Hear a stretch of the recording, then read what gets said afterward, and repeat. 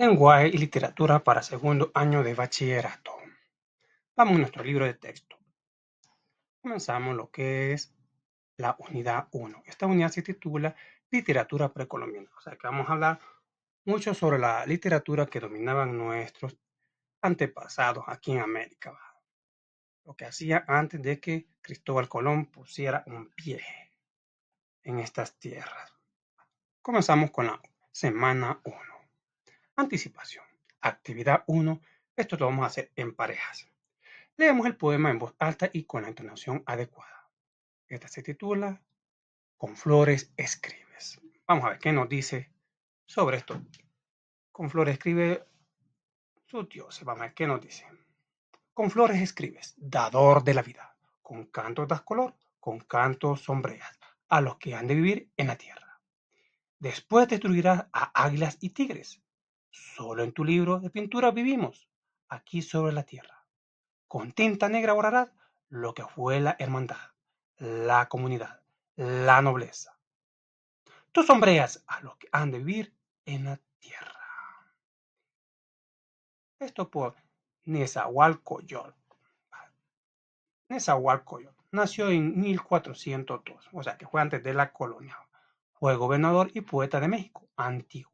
Hizo grandes aportes a la organización administrativa y estructura legal de su reino. ¡Wow! Buen gobernador. Resolvemos. ¿Cuál es el tema que desarrolla el poema Con flores escribe? Lo escribimos en una frase breve. Lo poderoso que es un Dios creador. Reflexionamos y escribimos nuestra interpretación sobre la figura llamada dador de la vida.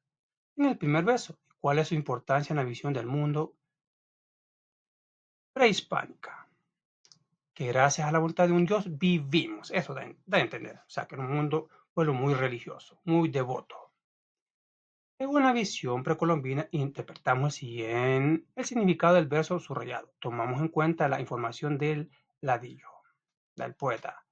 ¿Cuál era el verso subrayado? Después destruirás a águilas y tigres. Bueno, podemos interpretar después de que las águilas se secuestran, se comen las crías, como los pollos, todo lo que puedan criar, los conejos. Y el tigre devora a la gente si uno se descuida. O sea, son cosas que perturban a la gente. Según una visión precolombina, interpretamos el significado del verso subrayado. Tomamos en cuenta la información de la Biblia. Creían fielmente en que todo estaba bajo la voluntad de su Dios y todos se someten a él. ¿Sabías que?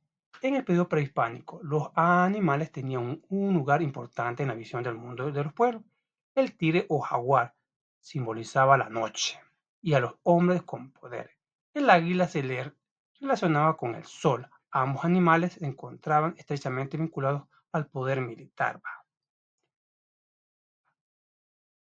Escribimos en nuestro cuaderno un comentario sobre la visión del mundo que refleja el poema. Podemos decir que se refleja un mundo que confiaba fielmente en su Dios. Todo se sometía a su voluntad, todo pasaba porque Él lo permitía. Eso da a entender el texto en una devoción a un Dios poderoso, poderoso. Continuamos. Hoy vamos con construcción, el discurso oral. Actividad 2. Leemos la información, la planificación del discurso. Con, con todo texto, el discurso oral requiere de una planificación, pues se trata de una actividad compleja que puede generar el emisor del mensaje sensaciones de miedo e inseguridad al tener que enfrentarse al público. Uy, se ve que aquí así mira uno todo pálido, como el que dicen el ojo del monstruo. Pero esto, bueno, con el tiempo se va quitando. Este trabajo previo de planificación depende del grado de formabilidad o informabilidad de la situación en la que se producirá el discurso. Bueno, por lo general, todos los discursos tienen que estar en una formalidad, ¿va? Bien planificado lo que va a decir, a lo informal que uno dice, a ver, puede meter la pata, a las formalidades, bien preparado y hecho en un cuaderno, ¿va? Los bosquejos, los objetivos a decir. ¿Va? De la situación en la que se produce el discurso. Para prepararlo es necesario atender lo siguiente. Analizar el auditorio, saber a quién nos dirigimos y cuáles son sus intereses. Bueno, sí, va, porque si van a hablar mal de los hombres, no tiene que haber un hombre. Si van a hablar mal de la mujer, no tiene que haber ninguna mujer, va. Y si no, si vamos, hay un público compartido, tiene que saber cómo agradar a los dos, a modo que ninguno de los dos va a terminar peleándose. Ni tanto el hombre tenga de menos a la mujer como la mujer tenga de menos al hombre, que eso está muy de moda. Quieren tener de menos, pero no quiere aguantar las consecuencias. Pero a lo mejor tiene que saber a qué público le habla y saber cómo centralizarse. ¿Va? Bueno, por lo menos en los últimos predicadores que yo escucho, sí hablan en términos neutros. ¿Va? Algunas canciones, ¿va? Aunque las cante una mujer, lo entonan en frases como que fueran masculinas. Por lo menos estaba escuchando una canción cristiana. Dice he estado herido, no dice herida la muchacha. O sea, tiene que saber al público que se va a decir, a modo de no incomodar a nadie. Por lo menos a mí cuando dice estoy sola y herida, siento que eso a mí, bueno, son frases que a mí no me ofenden, pero me siento incómodo. Entonces, como que la música femenina se está regulando, a modo que tiene que agradar tanto a hombres como a mujeres, y como también el hombre hace frases para que agraden a las mujeres. Va, sigamos. Para prepararlo es necesario entender lo siguiente: analizar el auditorio, saber a quién nos vamos a dirigirnos y cuáles son sus intereses. Determinar el contenido del discurso. Hay que definir qué vamos a decir. Se deben transmitir pocas ideas, pero bien desarrolladas. Considerar el texto, el dónde y el cuándo son importantes para determinar si serán necesarios recursos como micrófono, luces o determinada modulación de la voz. Eso ayuda un poco, o sea, a veces la lucecita ayuda un poco como a mostrar más de lo que está diciendo. Establecer los objetivos, tener clara la intención y el propósito de nuestro discurso. Para cumplir con la intencionalidad del discurso es necesario que éste se componga a partir de una estructura. Todo discurso tiene que tener una introducción. Una vez plasmamos lo que vamos a decir, vamos al desarrollo de los puntos y al final sacamos una conclusión a lo que pensamos del tema, una reflexión, todo, que servirá para organizar las ideas y hay que además funcionar como soporte para recordarlo al momento de pronunciarlo, por lo que al momento de escribirlo es fundamental tener en cuenta la oralidad. Instituto Cervantes. Desarrollamos y comentamos con la clase nuestra conclusión de acuerdo a lo solicitado. Dice, reflexionamos sobre las particiones orales que desarrollamos en la actividad 1. Recuerde que en la actividad 1, esto lo dijimos, varios pasamos a decirla con una entonación adecuada. Comenzamos. Reflexionamos sobre las particiones orales que desarrollamos en la actividad 1. Que algunos tienen el poder del convencimiento, tienen una facilidad para transmitir su mensaje, tienen un carisma para decir sus palabras que da un gusto escucharlo y uno le comprende fielmente, uno puede hacer lo que se le transmite. Bueno, pongamos un ejemplo a los cantantes. Vamos a salir un poquito de la clase. ¿Cuáles son los mejores cantantes que pueden transmitir buenos sentimientos? Vamos a los cantantes que, bueno, yo les llamo secular, podemos decir los temerarios. El muchacho sabe transmitir lo que está cantando. Tenemos a la cantante Marisela.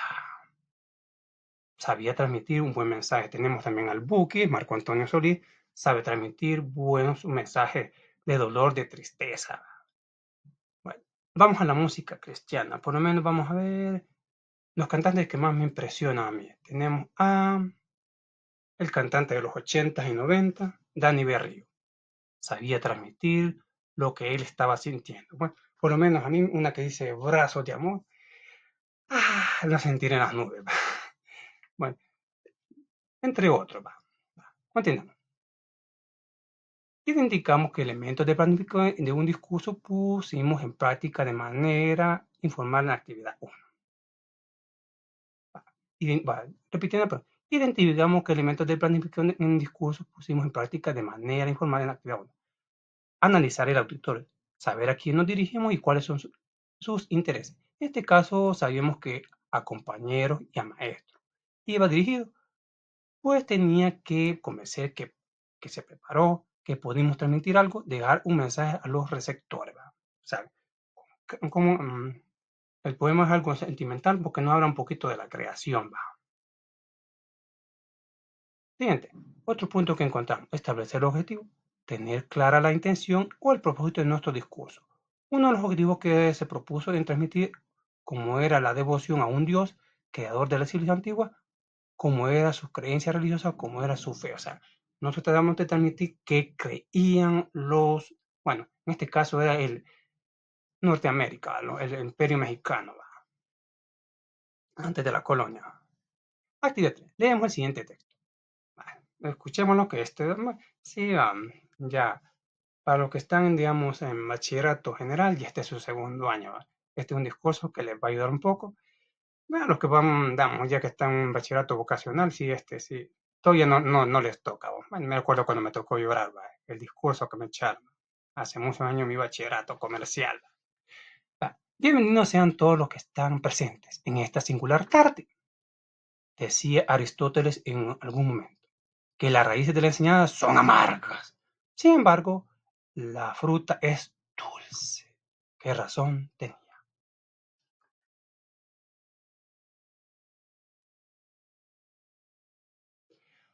Poco a poco nos vamos dando cuenta de que tras un duro trabajo se halla una grata recompensa, pero aún nos queda mucho lienzo sobre el que pintar nuestro paso en este mundo.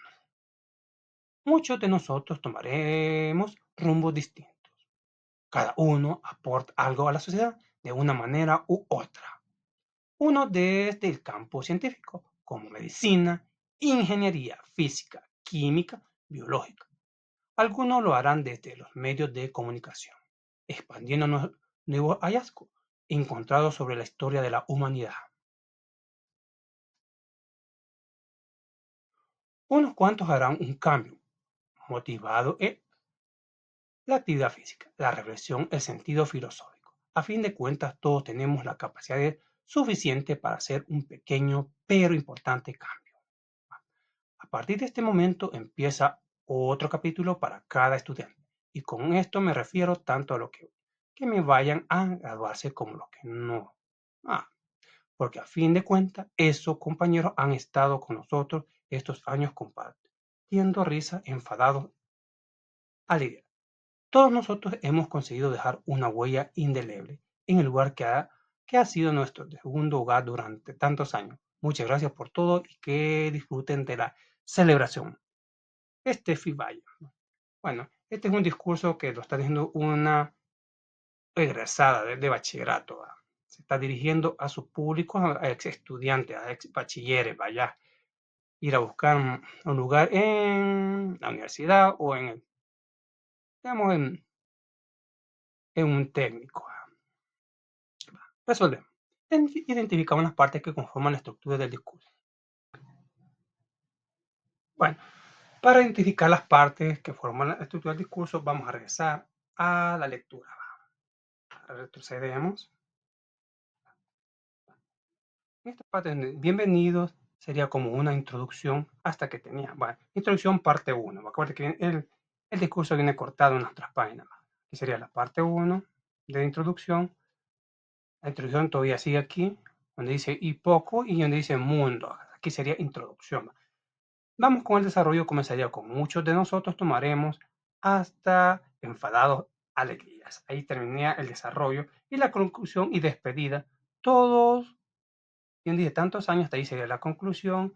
Y aquí sería muchas gracias por todo lo que quisiera despedida, conclusión y despedida. Así la vamos a marcar. Continuamos. ¿A qué tipo de público se dirige? Explicamos. A un grupo de jóvenes que se están graduando de bachiller. ¿Va? Por eso les enfatiza que todo fruto amargo tiene un fin dulce. ¿Cuál es el propósito que pretende alcanzar el emisor del mensaje? Explicamos. Mostrar que todo esfuerzo tiene un buen fin, tiene una recompensa para el estudiante y para la sociedad. Ay, sí, estos discursos de verdad que lo hacen llorar a un... ¡Ah! Como recuerdo, ay, como en el grupo Algodón, ay, cómo recuerdo aquellos momentos que en mi vida viví. Continuamos. Siguiente tema, literatura precolombina característica. Va. Actividad 4. Veamos la información, la literatura precolombina. Los seres humanos siempre se han preocupado sobre su origen y el origen de todo lo que existe. Cada pueblo ha formulado explicaciones propias producto de la observación y la imaginación. Estas fueron transmitidas de generación en generación a través de los mitos y leyendas. Es así como surge la literatura precolombina, compuesta por un conjunto de textos pertenecientes a las principales culturas indígenas, como los aztecas, mayas y los incas. Los aztecas estaban en la parte norte de México, los mayas que dominaban parte de México, todo Guatemala y parte de Centroamérica, y los incas allá en el Perú, allá en la isla del Sol, en el lago de Titicaca, antes del periodo de la conquista y la colonización de América. Se trata fundamentalmente de una literatura de tradición oral. Continúo. La que se desarrolla en temas relacionados con la cosmovisión, la religión, la historia y las costumbres.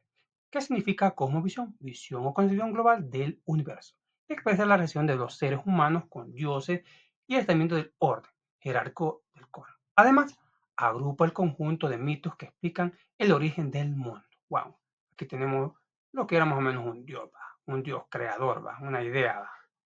Recuerde que vamos en la semana 1 de nuestro libro de texto de lenguaje y literatura. Dice, respondemos de forma oral. La siguiente pregunta. Dice, ¿en qué consiste la literatura precolombina? Bueno, una palabra, aquí es libre, podemos pensarla. En que son un conjunto de expresiones de tradición oral de las lenguas prehispánicas que fueron transcritas, adaptadas o modificadas, donde se nos muestran las ideologías del antiguo mundo americano. O sea, lo, lo tomaron y lo explicaron a manera que nosotros lo podemos comprender.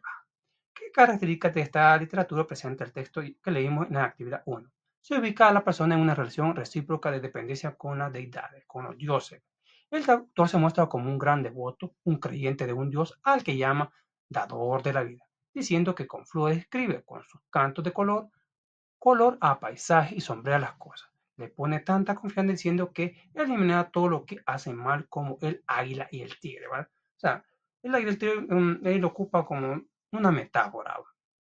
Podrían ser los enemigos, ¿va? Gente que llega ahí y saqueaba las tierras. Si no vean una película que está bien apegada a lo que era Apocalipto, cuando un imperio tomaba a los pequeños y los esclavizaba. ¿No?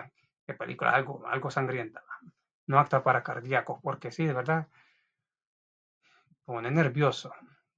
Se expresa la intervención de dioses en la creación del universo y la vida del ser humano. Otra característica que encontramos en la actividad 1. Al Dios que llama dador de la vida, le atribuye que por él vivimos, que por él existimos, por medio de sus cánticos forman las cosas y los que hacen mal los eliminará. También le atribuye que cuidará y protegerá a los que viven, pues dijo, tú sombreas a los que han de vivir en la tierra.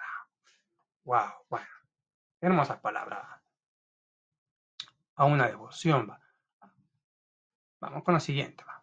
Actividad 5. Leemos el siguiente texto. El árbol fecundo de Tamuanchan. Aparece China. Tamuachan. Tamuachan. Veamos lo que dice, qué bonito se expresa. Bueno, es un anónimo, dice. Árbol florido se yergue en Tamuachan. Allí fuimos creados, ahí nos dio ser. Ahí enlazó el hilo de nuestra vida, aquel por quien todas las cosas viven. Del mismo modo, yo forjo el oro. Del mismo modo, yo pulo el jade. Jade es una. Ya vamos a explicar qué es eso.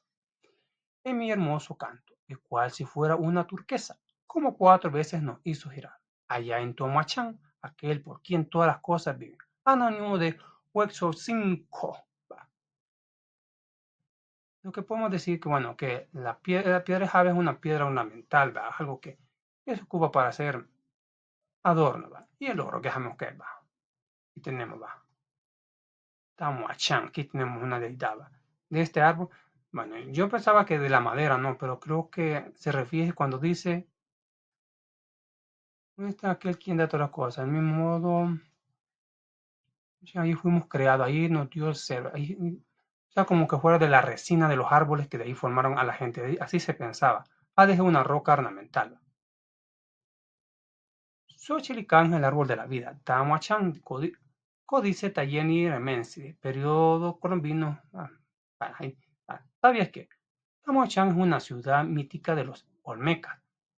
no hay datos que permitan indicar la existencia y ubicación precisa de esta ciudad. Bueno, es como digamos cuando nos topemos con Viracocha, según estaba leyendo, que los incas nunca la llamaban Viracocha, que al venir la iglesia católica le puso ese nombre para que los incas comprendieran que había un Dios supremo. ¿Verdad? Sí, prácticamente fue la colonización que le puso Viracocha, porque según estaba leyendo, que no, los incas nunca le llamaban Viracocha, pero entendíamos que Viracocha era el dios de los incas. Resolvemos. Identificamos en el texto características de la literatura precolombina. Se exalta que dependemos de un dios. Enfatiza en que su dios es un creador y él da la vida por medio de un árbol. Eso es lo que entendemos, que se exalta un dios. Explicamos la relación que establece el yo lírico entre el origen de la vida y su oficio. Bueno, el yo lírico lo encontramos aquí, va. Del mismo modo, yo forjo el oro. Del mismo modo, yo pulo el jade. O sea, como haciéndose publicidad ahí el albañil, va. El cerrajero, y pues dice, explicamos la relación que establece el yo lírico entre el origen de la vida y su oficio, en que ambos son creadores, tanto su Dios y él. Tienen la habilidad de transformar las cosas a su antojo, así entendemos la pregunta. El Dios la resina y el yo lírico el oro y el jade. El jade ya vemos que es una piedra ornamental. ¿Qué significa? Yo lírico, ente de ficción que desde dentro del poema actúa como un emisor del discurso lírico. También se denota como la voz lírica y un objeto lírico. A partir del contenido explicamos el porqué del título, porque de él se habla en el poema, de un árbol fantástico que, que creía que de su sustancia su Dios se valía para crear la humanidad. Se creía que de su sustancia se valía para crear la humanidad, a mano que de su resina, así más o menos entendemos. Continuamos ya. Vamos con otro poema. Aquí creo que si no ya nos mencionan a Viracocha. Viracocha. Consolidación. Actividad C. Leemos el texto. Oración de primera al hacedor. Veamos. Raíz del ser. Viracocha. Dios siempre cercano.